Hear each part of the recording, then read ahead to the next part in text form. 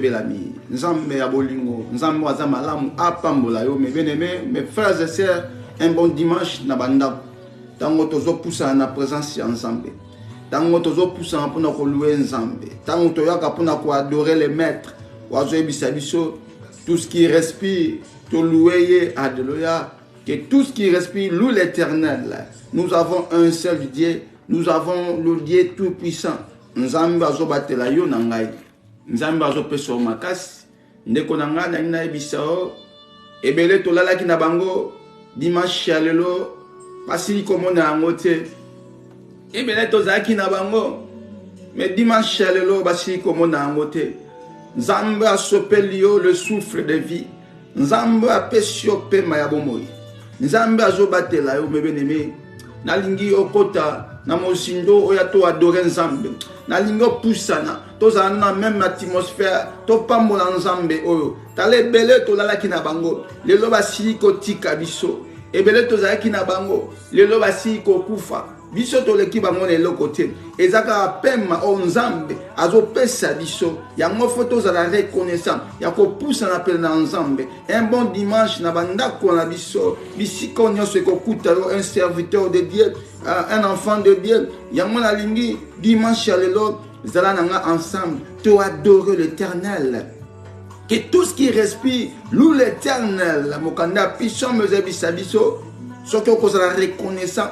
Il y a que pousser dans la présence de Nzambe. Si tu seras reconnaissant de louer ton Dieu, mes bien-aimés, si tu as bisayo, le lot est en bonne santé. Bayo basala ki pe lokola yo. Bayo ba telemaki. Bayo ba tuta ki tol. Bayo ba mimona ki bango. Alléluia. Mais belé le lo o bazana bopito. Et belé na tango o va se retrouver dans la prison. Mais tu es libre. Osa libre. Yango esenge na ko kumisa Nzambe esiko ozali. Alléluia. Au nom de Jésus-Christ. Loue ton Dieu. Alléluia. Malas. Le parfum des bonnes odeurs. Le sel unique. Si tu es reconnaissant que tu es le choix de Dieu. Tu es le serviteur, la servante de Dieu. Poussana tous ensemble. Tokumisa ensemble. Alléluia. Voilà. Malasi nankolo et sopana. Katikati na bombo na biso. Nzambe a pambola ome bien-aimé. Lelo nalinga ki ko pousser lingomba na Nzambe. Lelo nalingi comme enfant de Dieu nyonso. Serviteur de Dieu nyonso. Oaza na connaissance. Oazo poussa, oazo persévérer na Nzambe. Et sengeli na moto oyo azwa kolukelongi ya Nzambe ayo na kozala na oyo bazobenga le choix. Le choix de Dieu qui est notre thème. Le choix de Dieu, mes frères et sœurs. Et belé lelo bakoloba pourquoi moto na Nzambe o memi biso na dimension ya le choix. Yo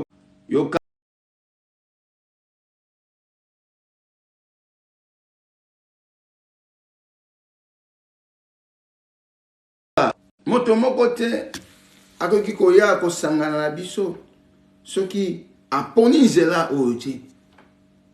Lolenge biso Nzambe asala choix na ye ke biso tozala bana na Nzambe, que nous soyons des serviteurs, de servantes de Dieu. C'est l'Éternel qui a voulu, c'est l'Éternel qui nous a choisis. Alors nous aussi, la manière dont nous devons marcher sur cette terre, nous devons aussi faire des choix avec qui nous pouvons être ensemble, avec qui nous pouvons marcher. Voilà, sans plus tarder, j'aimerais bien chacun de nous, azwa oyaye makomi, tozui Bible na biso, moko na moko, azui makomi na ye, mokana na Nzambe, na 2 Corinthiens, chapitre 6, à partir de 14e verset. 2 Corinthiens, chapitre 6, à partir du 14e verset, nous allons lire ensemble jusqu'à 17. Nous allons voir Nino nzambe azolinga. Comment nous, enfants de Dieu, devons-nous marcher? Comment nous devons être? Alléluia. Pour bien persévérer. Parce que si tu es entouré na bato ya mabe, na ba méchant, okoka te ko persévérer. Ya momoni nzambe azolinga na biso tozala na choix. Lelo na ekoyebisa yo, il faut ça la choix. Soki nzambe asalaka ke biso tozala ba choix na ye.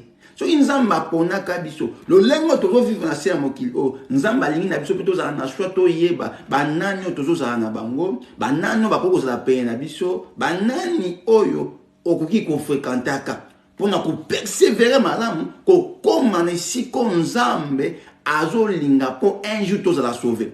Soki toza na choix mabe, mes bien-aimés, mes frères et sœurs, okoka ko persévérer te, okokomaka te, même na oyo bazobenga projet na yo, na vie na yo, okoka kokoma te soki oza entouré na bato ya mabe.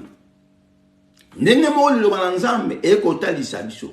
Nakie kofungola makomi na nzambe. Na mokanda, comme je disais, il y a 2 Corinthiens chapitre 6 à partir du 14e verset. Je lis. Ne vous mettez pas avec les infidèles sous un joug étranger. Car quel rapport y a-t-il entre la justice et l'iniquité? Ou qu'y a-t-il de commun entre la lumière et les ténèbres? Quel accord y a-t-il entre Christ et Bélial? Ou quelle part a le fidèle avec l'infidèle?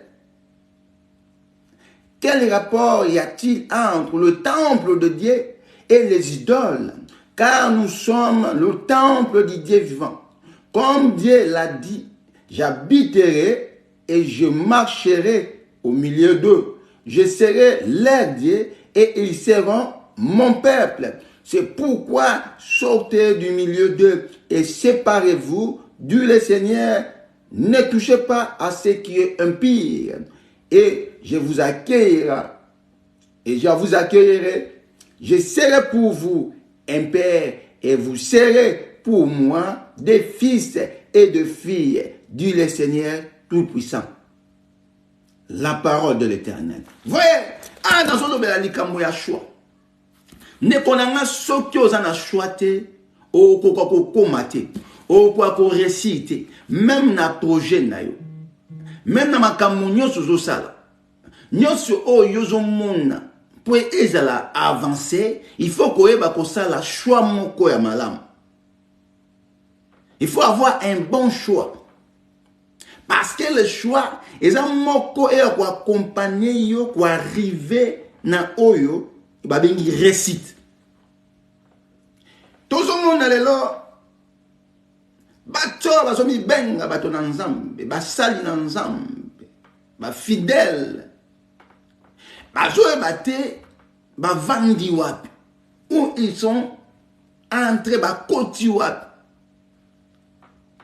ils sont où baza wapi baza na bobungi parce que même katikati na mangombo bavandi ce sont des églises qui sont là pour nako bungi sande bango.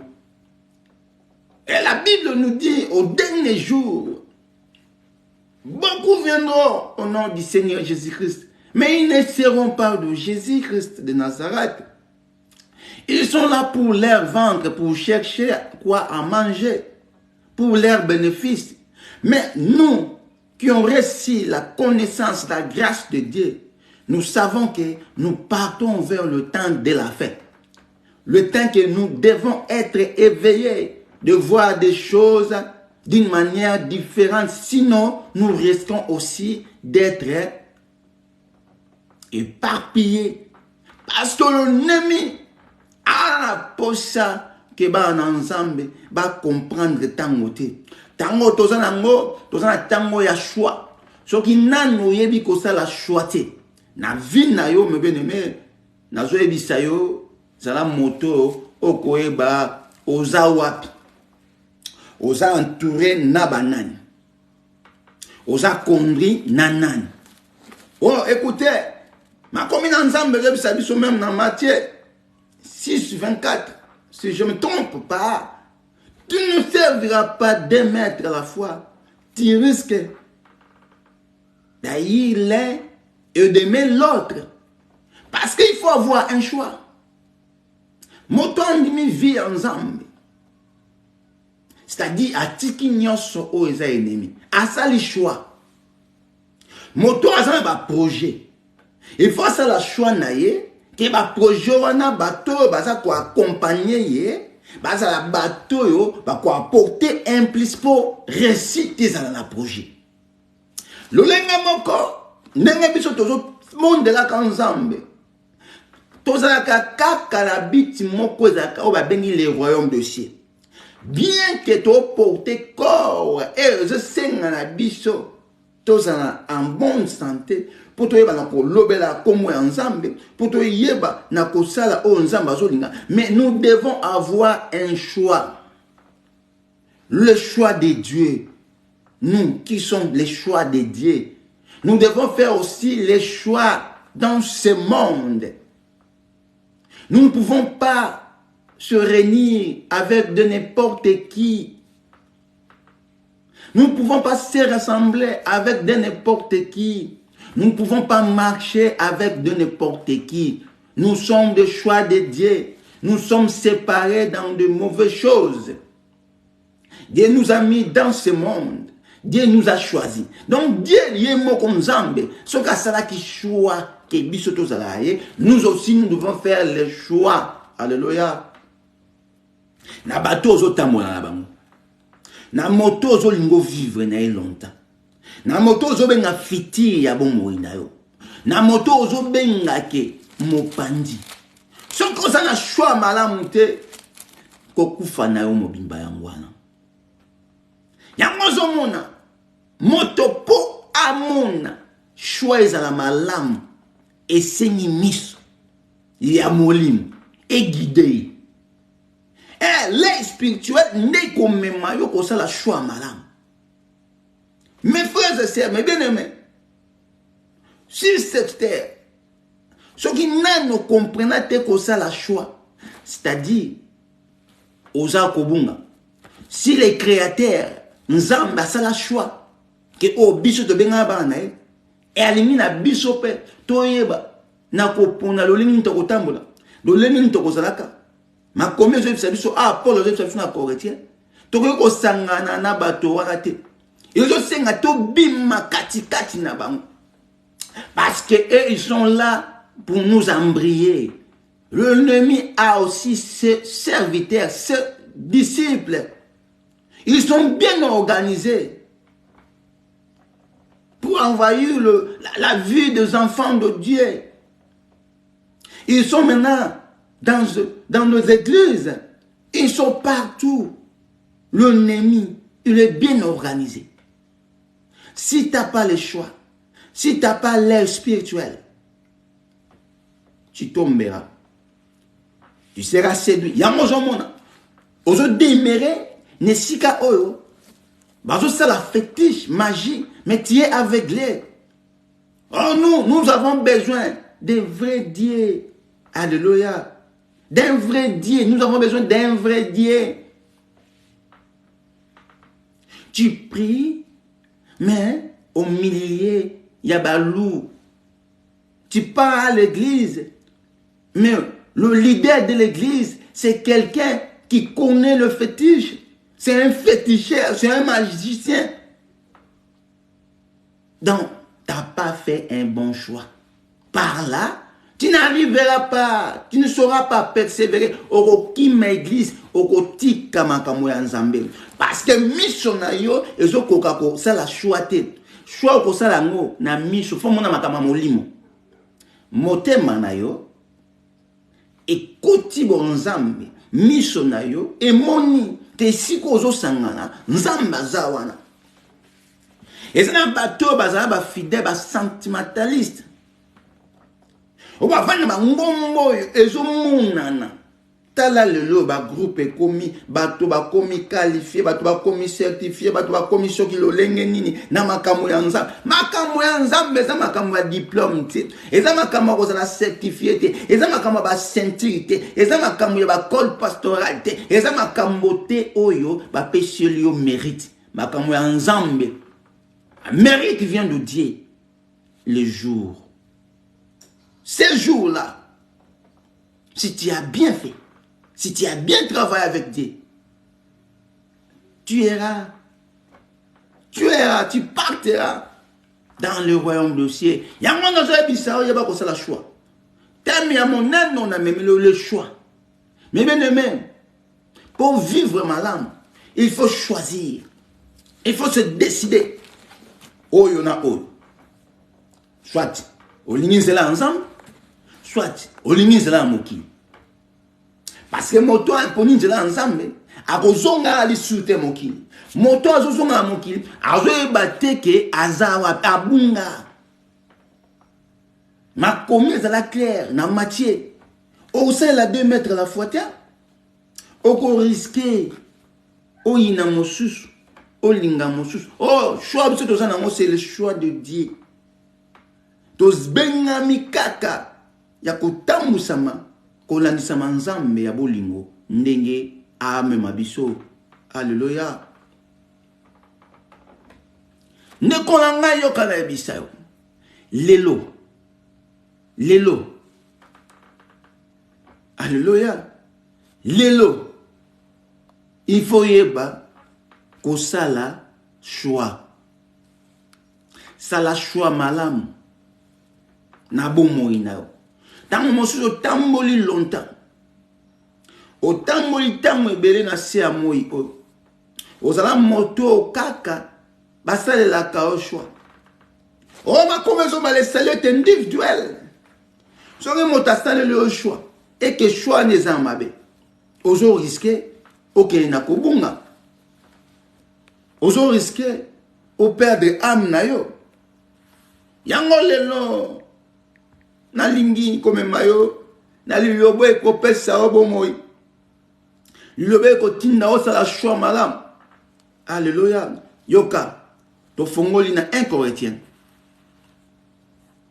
tokiti na 1 Corinthiens chapitre 5 verset 11 makomi ezobisa biso nini les Écritures disent alléluia dans le livre de 1 Corinthiens chapitre 5 verset 11 maintenant ce que je vous ai écrit, c'est de ne pas avoir de relation avec quelqu'un qui se nomme frère et impudique ou cupide ou idolâtre ou outragé ou ivrogne ou ravisseur, de ne pas même manger avec un tel homme.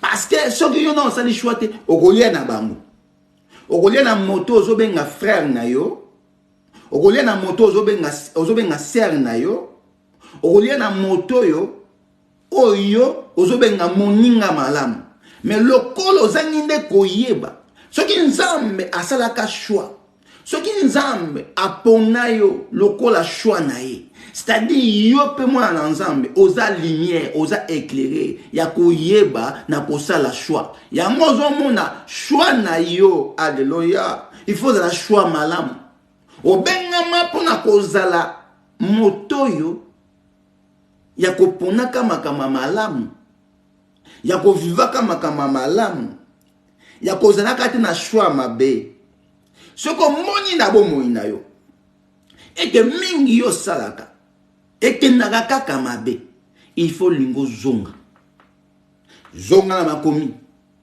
zonga luka nzambe zonga réparer na nkolo parce que moto a poussé mpe na nzambe choix na ezalaka positif et choix na ezalaka kaka nyonso malamu ezalaka pole ndeko na ngai lelo nazoyebisa yo soki otali awa likambo nazoyoba ya choix eza likambo ya vie mobimba moto alingi bomoi na ye il faut ayeba kosala choix malamu yango komona bato ebele bavi na bango ebeba parce que basalelaka bango nde choix alleluya nazwi domaine ya mariage moto akamati misolo atindi babalela ye o moto azo la choix ya vie na ye mobimba sans yeba kobala le mariage eza pour na vie mobimba comment yo koki kosala otinda na moto basalela o choix otinda na famille basalela o choix dans les psycho gravité à problème ezokomaka makasi eza na bato ebele basalela bango ba choix na vie lelo ils sont dans le merde bakoki kosalela o choix te parce que le salut est individuel. Alléluia.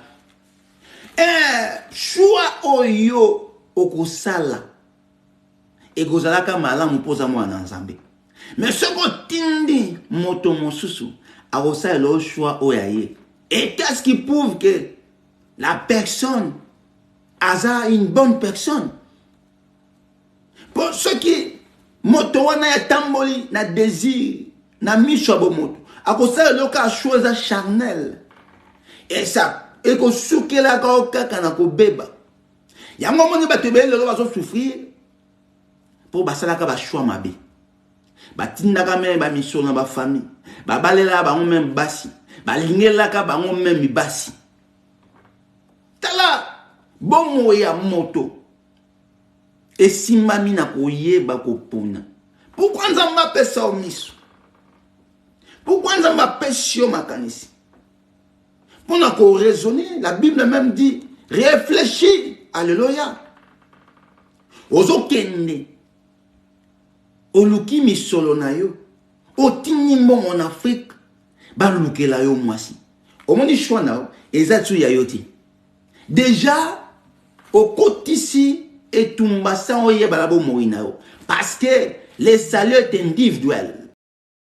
Senga yomoko oyebake nenge naza awa nazali moko nzamba sala choix na yo nzamba zo nga yope oyeba ko sala choix ya nzela ya malamu njelo zo la nzela nzambe nazo ngala mema yo kaka awa ne na uti ko loba la 2 Corinthiens 6 à partir 14.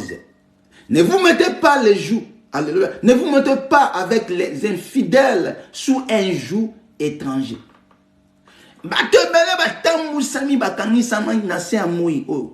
S'il y a un problème sérieux, parce que bateau, bazana miso, yabo bungi. Miso oyo, ce qui est commis miso ensemble, et que ça la kaka choix malam. Le ba men sikozali. Ce qui le lobo na zoba, ils ont pénétré katikati na yo. Mais bien aimé na zo ebisao, lelo na vandi na choix. Pour battre les négligeables. Battre les gens qui sont moïna bango. Kolandisama ya sentiment. On a 4 choix. Ce qu'on s'est na sentiment, okosuka kaka na échec. Na choix. Na zone na ebisayo. Il faut d'autres nzambe pour ça la choix malam. Yango moni sur le mariage. Ils ont battu belé. Bamikunda. Et ça n'a pas te belé, bah tu m'auras le boulot parce que bah ça l'a qu'à choisir à ma bé. Oh le mariage, et c'est l'occasion sangi sa moto. Nazo le mariage té, nazo le le choix. Mais les gens n'ont pas ça yo, comme moi mouké. Ceux qui battent belé le dos, bah on souffre beaucoup plus. Oh mon assis et l'autre bah benga bolingo. Bolingo ça moko ezo kota batu katikati na obunga parce que les diables aza katikati ne sikana. Azotina batu basala ka choix o eza amabe ndenge mo batebe bazo kota na ngomba na l'église baza envoûté ozo ba batu bazo kambara bango batu bazo tamusa ma ozo ba bien te bato wana baza na misala ya soloka mais o koko sala choix te parce que oza envoûté ozo koko bimate parce que ozo monate oza aveuglé yango moni bobunge siki ozo kotaka yango ozo moni échec ozo kotaka na bo moi. Oh, biso to benga ma pete pour na kozalaka na négativité, biso to benga na te pour na kozalaka na échec. Biso to benga ma poto zala bana ya nzambe o ba ko réussir, poto zala bana nzambe o ba ko progressaka. To benga ma kate na sia mokili oyo pour te dire ça la choix. Non, tu as la choix malam. Nous sommes obligés de faire la foi de malam. Bon, moi, il y a moi en Zambie.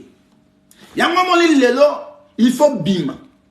Ko bima katikati ne sikawana.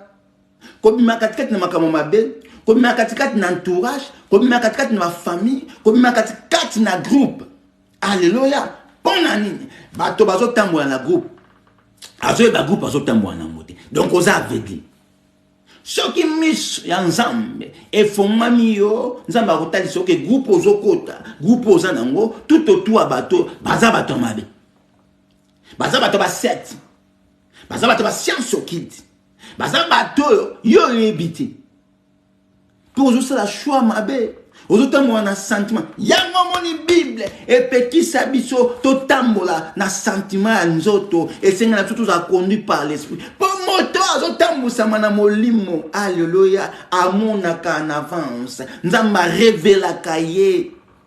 Okota lo kolonayo nesika mabete si tu es conduit par l'esprit. Alléluia. Okotaka lo kolonayo nesika mabete si le Saint-Esprit est avec toi. Il faut faire un bon choix. Temple, écoutez, c'est pourquoi sortez du milieu d'eux, séparez-vous, dit le Seigneur, ne touchez pas à ce qui est impur, et je vous accueillerai, je serai pour vous un père, et vous serez pour moi des fils et des filles, dit le Seigneur. Ayant donc de telles promesses, bien-aimés, purifions-nous de tout essuyer de la chair et l'esprit, en achevant notre sanctification dans la crainte de l'Éternel. On néglige mais point à choix. Ne les néglige jamais. Quand ça la choix qu'on néglige. Quand ça la choix.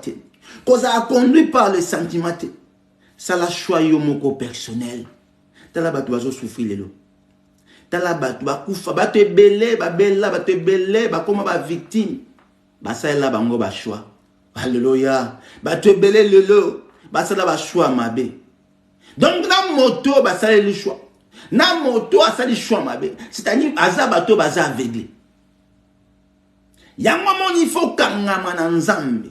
Na tango toza nango soko sali choix malamu te na ebisio okokufa monoko pulele mais moto asali choix nzambe azo tambolaka azo persévéraka vine mobimba na présence ya nzambe et dans la présence de Dieu que moto azo komala makasi de plus en plus azo bana ko persévérer ba yo to ebaka elelo ebele ba kimana nzela nzambe parce que ba tambola non par l'esprit mais avec ma désir ba to ba sentiment ba za mandaté na nkolote nzambe soka telenisio apesio ya ye makambo mais bien aimé okotala mokilité okoyo aka nzambe okotala motamokilité parce que motamokili azamoko oyo akozalaka kaka toujours moto ya mokili et na makambo ya mokili ezaka makambo kaka échec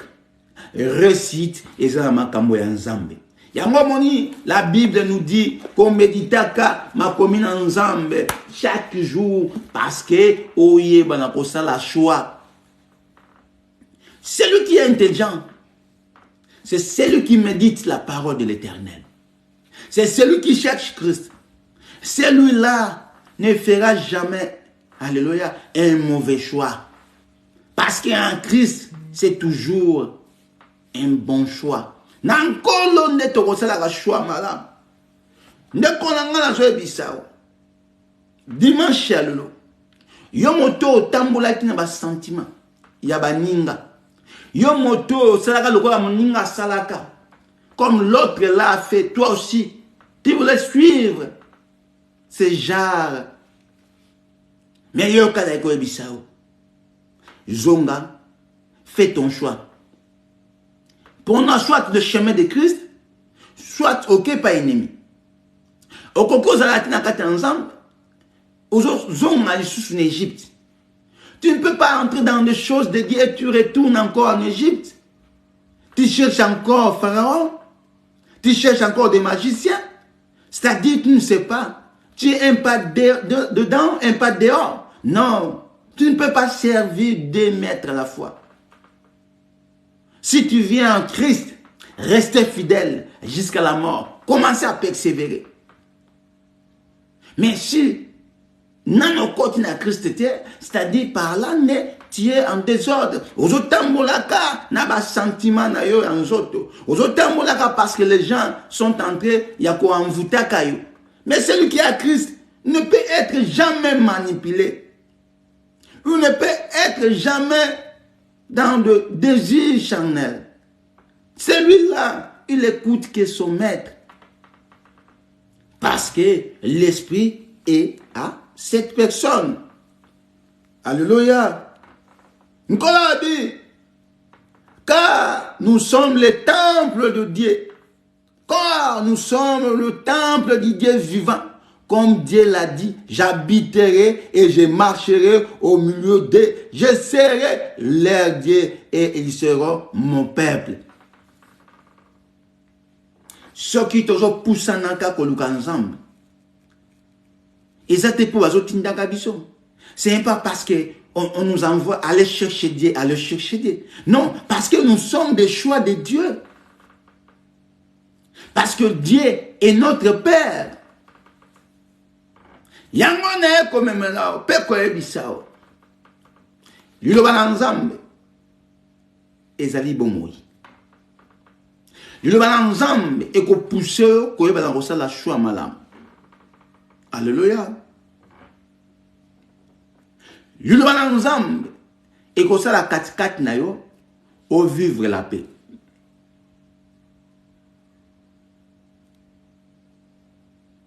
Moto aluki nzambe. Nzambe mimoni sama katikati na ye. Parce qu'il a sali choix malam. Bon moïna yo. Ceux qui jusqu'à présent, ils ont yengaka. Bon moïna yo. Ceux qui jusqu'à présent, ils ont mikaka tano. Ils ont makambo ya ndenge na ndenge. Parce que au sala choix mabe. Parce que basala la choix. Parce que Olandi Nzela ya bato ya mokili.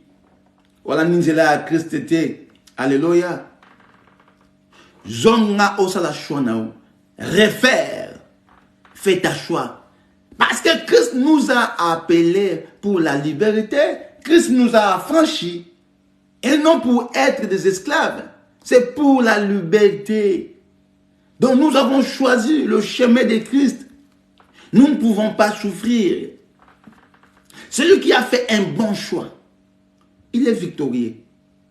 Parce que en Christ, il y a la vie. Quand on parle de la vie, on voit la positivité carrément dans nos vies. La négativité n'existe pas à celui qui a Christ. Et la sagesse nous apprend qu'il y a un temps pour chaque chose. Mais nous avons un Dieu qui s'appelle le maître des temps et des circonstances. Ça peut arriver à un moment que j'ai de difficultés, mais cela ne veut pas dire que c'est... Oh, pour arriver dans des choses promises, pour arriver là où Dieu a voulu, alléluia, il faut passer dans certaines étapes. Tu peux vivre de difficultés dans ta vie, mais un jour, tu diras, enfin, je réussis, enfin, je suis arrivé. Il faut persévérer, il faut continuer. Ne baissez jamais le bras. Un homme fort, alléluia, c'est celui qui persévère toujours. Il faut persévérer. Persévérez, mes frères et sœurs. Ne vous fatiguez pas. Bien que de difficultés, nous sommes dans un monde de problèmes. Mais nous avons un Dieu qui nous a dit dans la Bible, dans le livre d'Exode 14, 14, restez silence. Moi-même l'Éternel, je combattrai pour vous. L'Éternel est là pour nous. Il est notre berger. Alléluia. Nous ne pouvons rien manquer. Persévérer. À la fin, un jour, tu diras, merci mon Dieu, enfin je suis arrivé. Alléluia. Yangomoni. Moi, en Zambi, à moteur, à réfléchir ça. Il faut réfléchir spirituellement. Il faut voir des choses spirituellement. Ne le voyez pas physiquement. Ça peut te dépasser.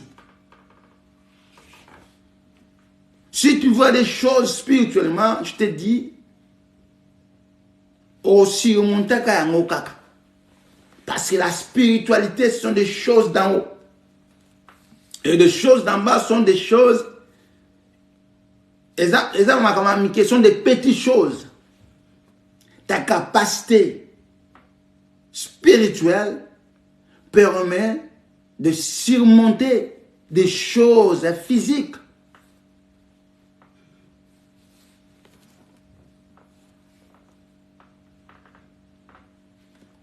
Il y a un moment du peuple de Dieu,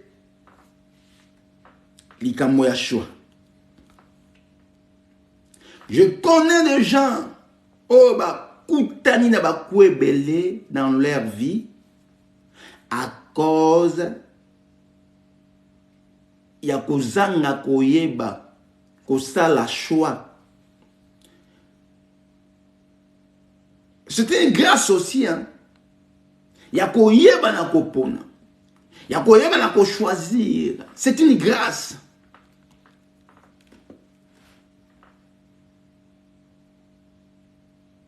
Ce que zoyeba na kosala choix malam. Tu es de Dieu. Le lot toujours vivre. Nous avons des cas différents. Orabo mutaye otunye debia makamutu. Il te dira que na salaka boye, na salaka boye, na yokaka mutu boye.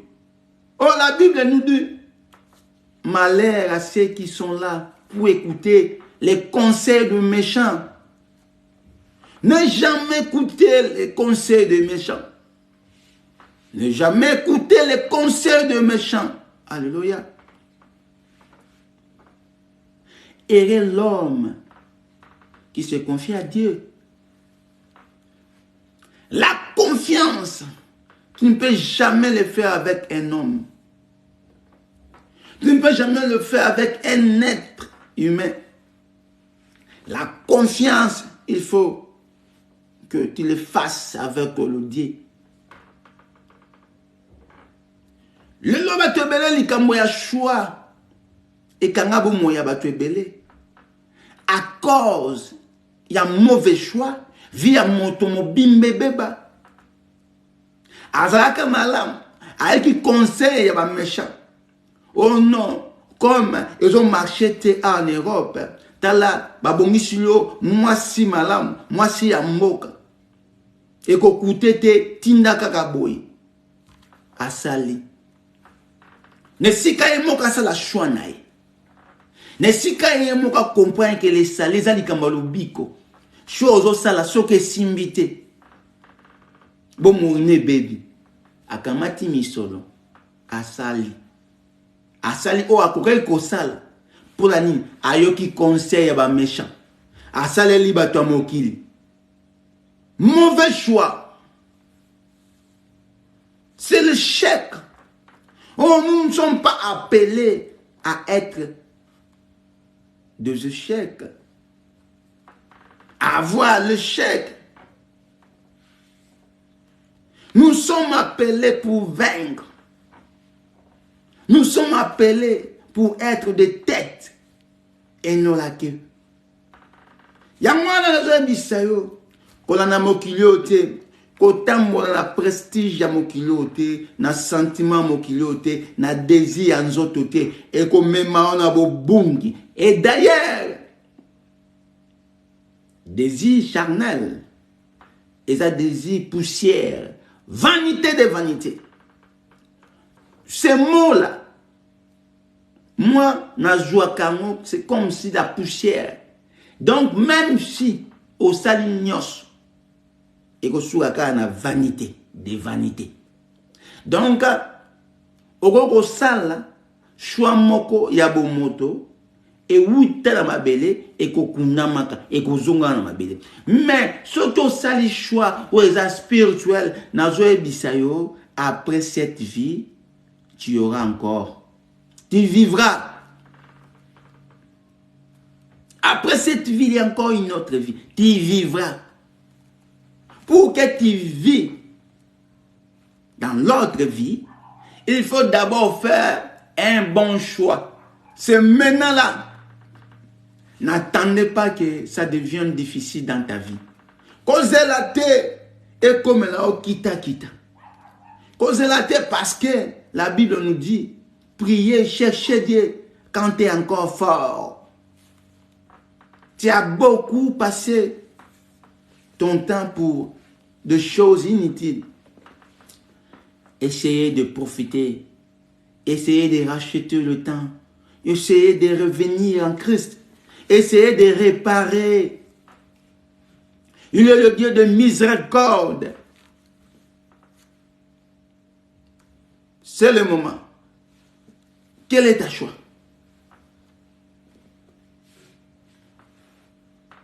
Alléluia.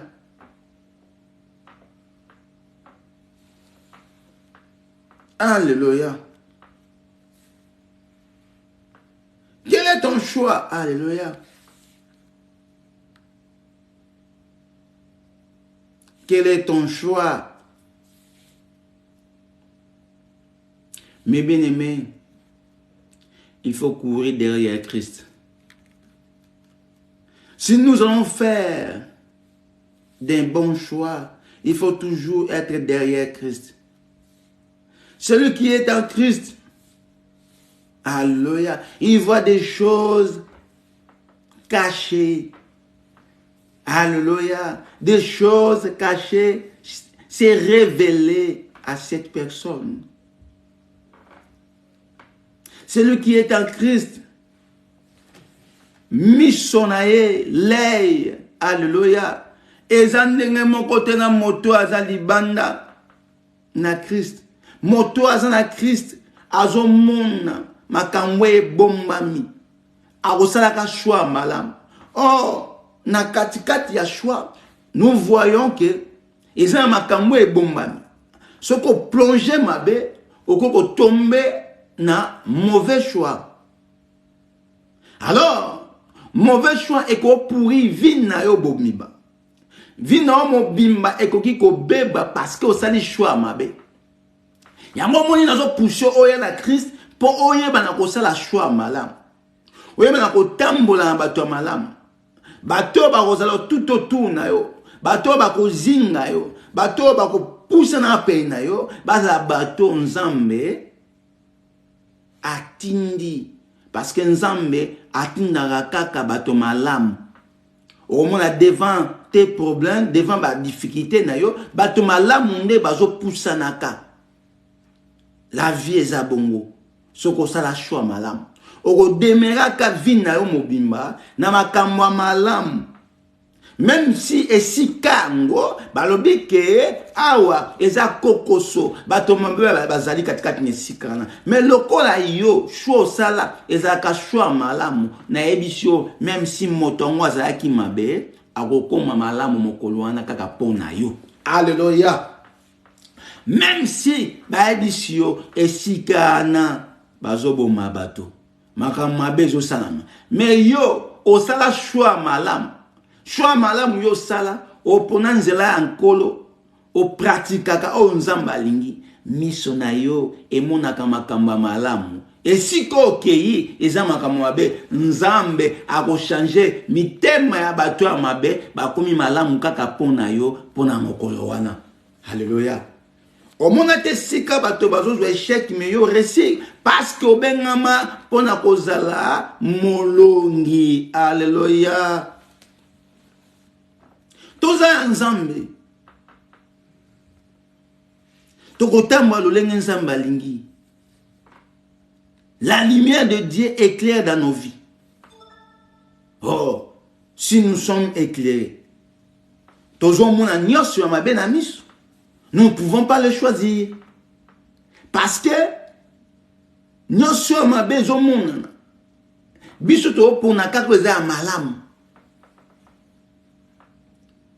Alléluia. Bato ba souffrir. Bazanga ki koye ba kopona nzila malamu. Bato ba souffrir parce que ba poni nzela kaka oya mabe. Surtout sali choix mabe bon moina mobimba de génération en génération jusqu'à la 4e génération. Nous avons bato belé bazo subir. Au même bamon va salati. Parce que leurs ancêtres, ils ont fait un mauvais choix. À nous, nous avons reçu la grâce. Le Christ nous a purifiés. Le sang de Jésus-Christ et Sokola Biso nous a lavés. Alléluia. Alors nous sommes à part. C'est grâce à nous que nos familles sont sauvées. Voilà pourquoi la Bible nous dit, si l'un de nous croit en Christ, il est sauvé lui et sa famille. Un héros en Christ, un Joseph, alléluia, un Moïse de la famille. Il est là pour sauver sa famille. Il est là pour éclairer. Voilà pourquoi nous nous prions. Pourquoi nous sommes fidèles avec notre Dieu. Nous persévérons. Non parce que quelqu'un nous oblige. Non. Nous le faisons parce que nous sommes des dieux. Nous sommes des choix de Dieu. Un choix de Dieu fait toujours ce que son maître lui demande. Alléluia. Soyez bénis, mes bien-aimés, mes frères et sœurs en Christ. Personne ne peut nous diriger, personne ne peut nous conduire. Que le seul Dieu, l'Esprit de l'Éternel qui est à nous. Parce que Dieu habite en nous. Alléluia. Nous serons toujours dans les bons chemins. Voyez, si tu veux demeurer dans le chemin de Christ, tu veux être intégré, il faut faire un bon choix. Le long de la même qui est ensemble, na lingi yo, au zonga, au comprendre, au talabo moinao. Si rien ne marche, ça dit à quoi? Zonga la départ. Alléluia. Revois encore les choses. À cause, tu n'as pas fait un bon choix. Et cela ne marche pas dans ta vie. Or, les choix, c'est de choisir Christ. Et Christ éclairera toute ta vie. Ogoye baka, et sikani yoko kokende, et sikani yoko kozala. Où tu peux mettre tes pas, où tu peux y aller. Parce que yo os a déjà éclairé. Fais un bon choix. Choisis Christ dans ta vie. Et je te dis, même si au yoki que la moitié du monde est couffé, on a toujours une assurance. Parce que yo yebi, on a côté à malam. On a la choix oyo. Alléluia. Pour ça qui aveuglé. O comment qu'on mona. O comment qu'on vive. Ngolu ensemble. Eza katikati na yo. Kolo azo sala na yo. O bika. O vive. Bako luka yo na makambo mabe. Bako longa rati. Parce que kota na choix en Zambé, alléluia. Parce que vous allez choix en kolo. Yangwa tika nzamba pambola yo. Tika ete nzamba pambola yo. Ceux qui ont salaka choix mabe. Ceux qui osent vivre na choix en moto moko asalela yo. Réparer, alléluia. Zonge pas dans Zambé. Reprendre, refaire encore ta vie. Refaire, yaka ponandila en Zambé. Je t'encourage d'aller refaire ta vie pour choisir le chemin de Christ. Choisir Christ dans ta vie. Tu verras la lumière. Tu seras éclairé. Nazo bisayo kalabato nyos. La plupart. Oh, baza. Na kokosu na ba difficulté. Ils n'arrivent pas à en sortir parce qu'ils ont fait des mauvais choix. Il y a moi terminant le faire un choix. Tu es obligé de faire un choix. Alléluia. Tu es obligé de faire un choix.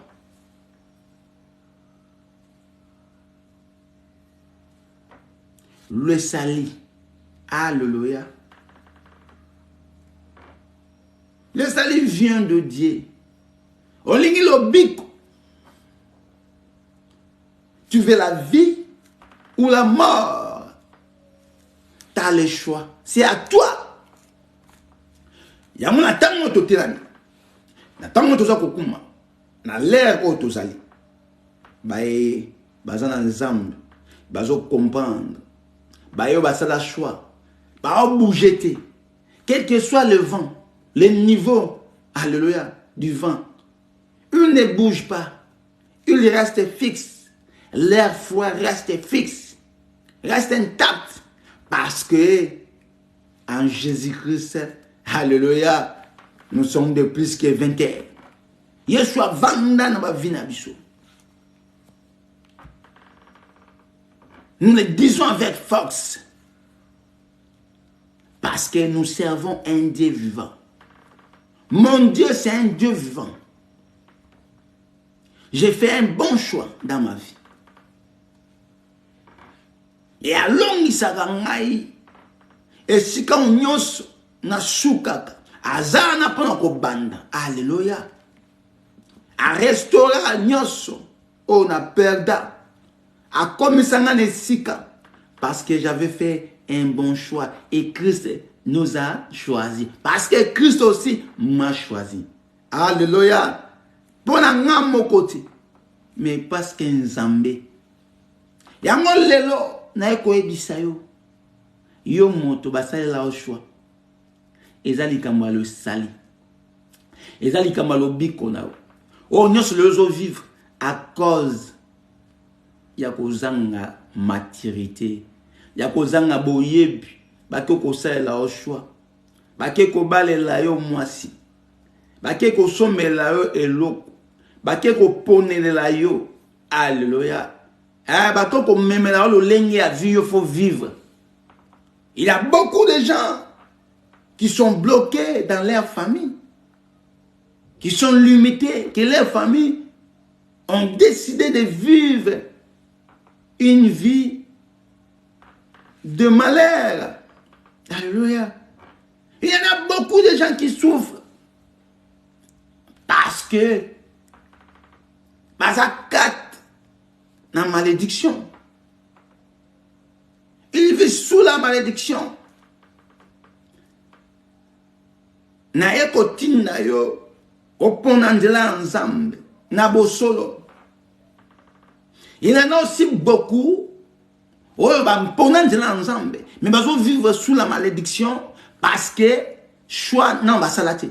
Donc c'est-à-dire moto a sali choix mabe, moto ba sali choix, moto ba balé lié, moto ba poner lié, moto a côté na kata di boto de sala choix, moto fa suka agir, moto fa vivre, moto fa balater, moto wana ko réciter. Yango na zo bisayo, nzamba zo bisabiso. tokoki kotambola te na bato ya pampa tokoki koyoka baconseil ya méchant te lokola tokóma na nzambe lokola tondima yesu masiya tokosala nzambe moko alleluya okoservir 2 mètres à la fois te okoyoka conseil ya baméchant te okoyoka conseil ya famille te oyoka conseil kaka ya nzambe azali un vrai conseiller alleluya yango nazoyebisa yo lelo tu ne serviras pas 2 mètres à la fois ozo risquer odikolo moko ezala na kati moko libanda dans le chemin de Christ eza problème ya choix. Pendant Yesu Masiya, azala nyonso ya yo. Jésus-Christ est tout dans nos vies. Moto a poussani asali choix ya nzambe. Aza moto bon moyen comme éclairé. Nazo ebisa yo, oko passer na moment moko boye, na ta mon période moko boye. Mais après cela, oko vivre au nzambe abongisa katikati na yo. Pona ko